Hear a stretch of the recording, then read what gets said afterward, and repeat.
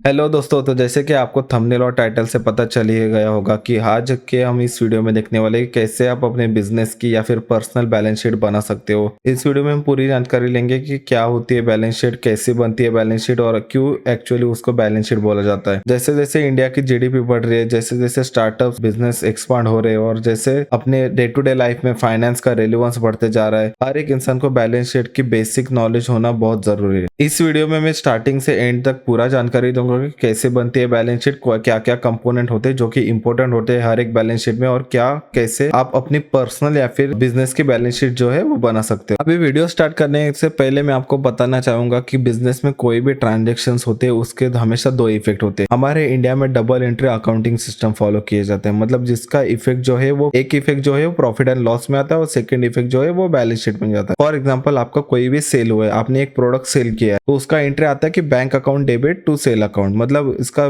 जो एक इफेक्ट है बैंक अकाउंट वो बैलेंस शीट में गया और सेल अकाउंट का जो इफेक्ट है वो प्रॉफिट एंड लॉस में गया। बैलेंस शीट में वही कंपोनेंट आते हैं जहां पर जिसका इफेक्ट जो है वो 12 मंथ से ज्यादा है, 12 मंथ फाइनेंशियल ईयर से ज्यादा है। मतलब यहाँ पर आप जितने भी आप कंपोनेंट्स देखोगे या फिर जितने भी आप हेडिंग्स लेजर्स देखोगे वो सारे के सारे 12 मंथ से ज्यादा इफेक्ट वाले ही होंगे। मतलब ऐसे आप समझ सकते हो कि प्रॉफिट एंड लॉस में वही लेजर्स आएंगे जिनका effect with in the year होता है, with in the financial year होता है। मतलब फिक्स असेट हमारे बहुत सारे सालों से चलते हैं, उसके बाद इन्वेस्टमेंट हम सालों तक करते हैं, उसके बाद current assets, cash, bank account, ये सारे के सारे सालों तक चलते हैं। तो अभी हम पूरा का पूरा जानकारी लेंगे तो ये इस बैलेंस शीट फॉर्मेट का। तो सबसे पहले अपन देख लेते हैं कि आप कैसे अपने कोई भी बिजनेस की बैलेंस शीट बना सकते हो। यहाँ पर आप स्क्रीन पे देख सकते हो कि यहाँ पर एक बिजनेस का एक बैलेंस शीट का फॉर्मेट मैंने दिया है। वन बाय वन आपको एक्सप्लेन करते जाए, आपको पूरा आइडिया आ जाएगा कैसे बैलेंस शीट होती है और कैसे आप बैलेंस शीट अपनी बना सकते हो। सबसे पहले अगर आप अपन एसेट्स में देखें तो सबसे पहले आता है फिक्स असेट। तो फिक्स असेट्स में सबसे पहले आपको आएगा कि बिल्डिंग, आपके पास कौन सी बिल्डिंग है या फिर आपके जो बिजनेस के नाम पर,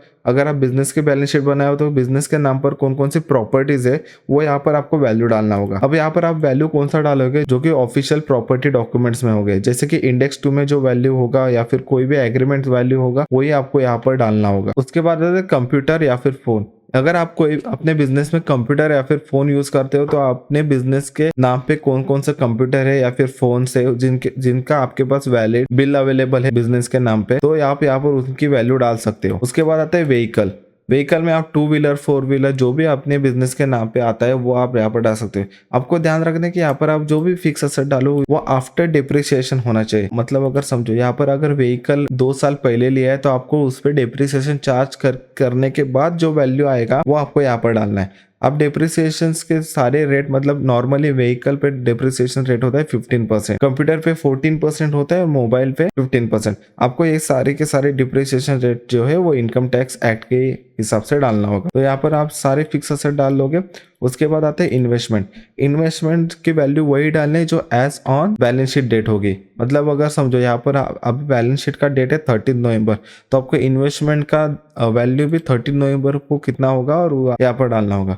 अब यहाँ पर इन्वेस्टमेंट में क्या क्या आएगा, mutual funds, shares, bonds, FDs और आरडीज। उसके बाद आते हैं इन्वेस्टमेंट ही गोल्ड। सब जो इन्फॉर्मेशन है वो आपको ब्रोकर लेजर से मिल जाएगा। जो भी आपका शेयर ब्रोकर्स होगा या फिर कोई भी म्यूचुअल फंड का ब्रोकर होगा उसकी होल्डिंग स्टेटमेंट अगर डाउनलोड करे तो आपको पूरा का पूरा इंफॉर्मेशन जो है वो मिल जाएगा। उसके बाद आता है करंट एसेट। अभी करंट एसेट्स में सबसे पहले पार्ट आता है loans and advances. Loans and advances में वही एडवांसेस जाने जो आपने किसी मित्र को या फिर किसी भी पार्टी को दिया है, जो कि आपको एज अ डिपॉजिट दिया है या फिर एज एन एडवांस दिया है। मतलब अगर समझो कुछ बार क्या होता है कि अपन अपने दोस्त को एडवांस दे देते हैं क्योंकि उसको जरूरत है, तो वो भी जो पैसा है वो यहाँ पर लोन्स एंड एडवांसेस में आ जाएगा। उसके बाद डिपॉजिट, समझो कोई भी प्रॉपर्टी रेंट पे लिया है तो आप उसका सिक्योरिटी डिपॉजिट लेते हो, या फिर कोई भी अगर आप इलेक्ट्रिसिटी जो भी बोर्ड होते हैं उनको भी सिक्योरिटी डिपॉजिट देते हो, तो वो सारे डिपॉजिट्स आपको करंट एसेट्स में आएंगे। मतलब आपको जो एसेट्स है वो आपको फ्यूचर में आपको वो पैसा फिर से मिलने वाला है जब आप उनकी चीजें सरेंडर करोगे,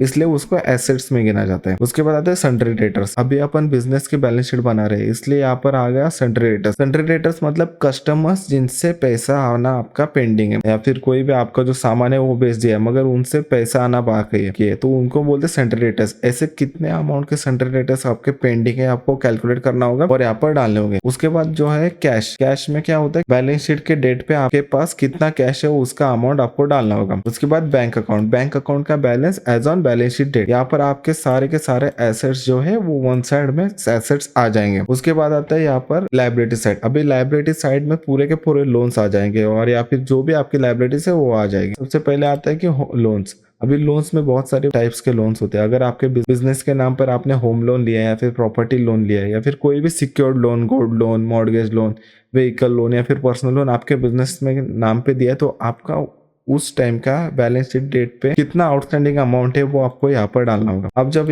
आउटस्टैंडिंग अमाउंट डालोगे तभी आपका बैलेंस शीट जो है वो मैच करेगा। उसके बाद आता है सन्ड्री क्रेडिटर्स। सन्ड्री क्रेडिटर्स मतलब अगर किसी भी पार्टी से आपने मटेरियल गुड्स ले लिए मगर उनका पेमेंट करना बाकी है, आप बायर हो और सामने सेलर को आपको पेमेंट करना बाकी है, मतलब ये आपकी लायबिलिटी हुई जो कि फ्यूचर में अराइज होगी, तो उसको बोलते हैं सन्ड्री क्रेडिटर्स। उसके बाद आता है लोन्स एंड एडवांसेस लायबिलिटी।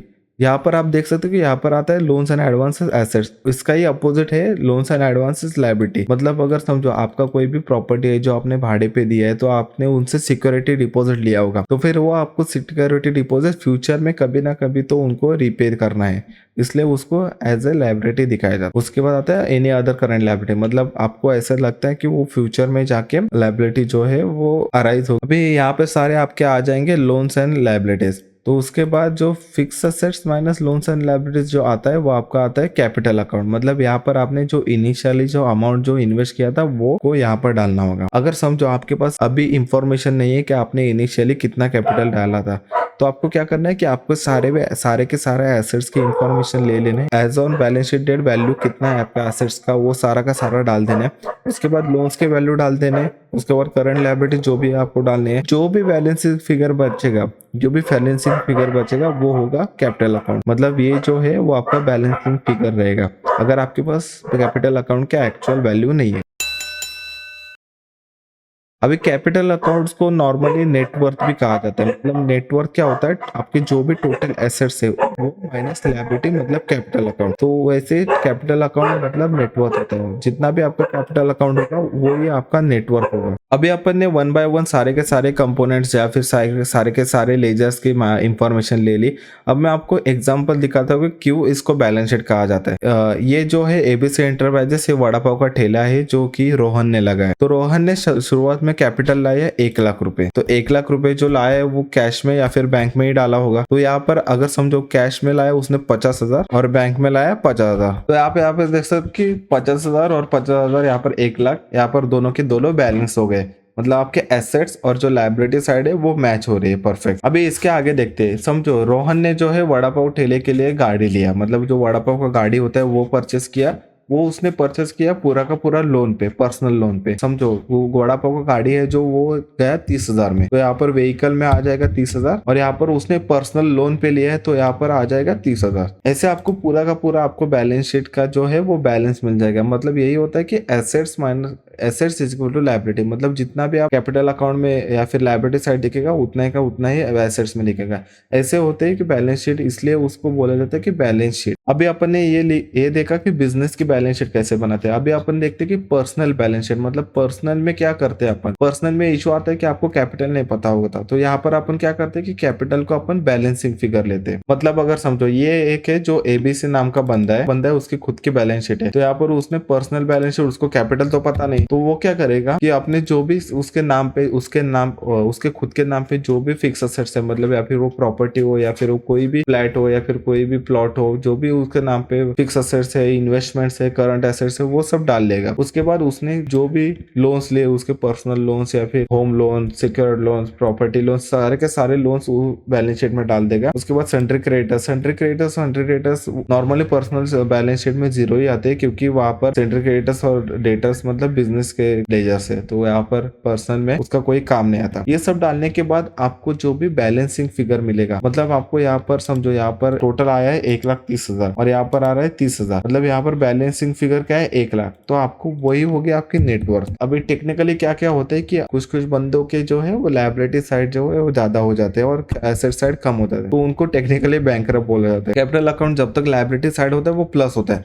अगर वो इस साइड आ गया तो माइनस हो जाएगा। सिंपल मैथमेटिक्स करो। रूल है। तो ऐसे ही आप अपने खुद की और बिजनेस की बैलेंस शीट बना सकते हो, अपने जो भी है वैल्यूज जो डालकर अपने पर्सनल बैलेंस शीट बना सकते हो। अगर वीडियो पसंद आए तो लाइक करना।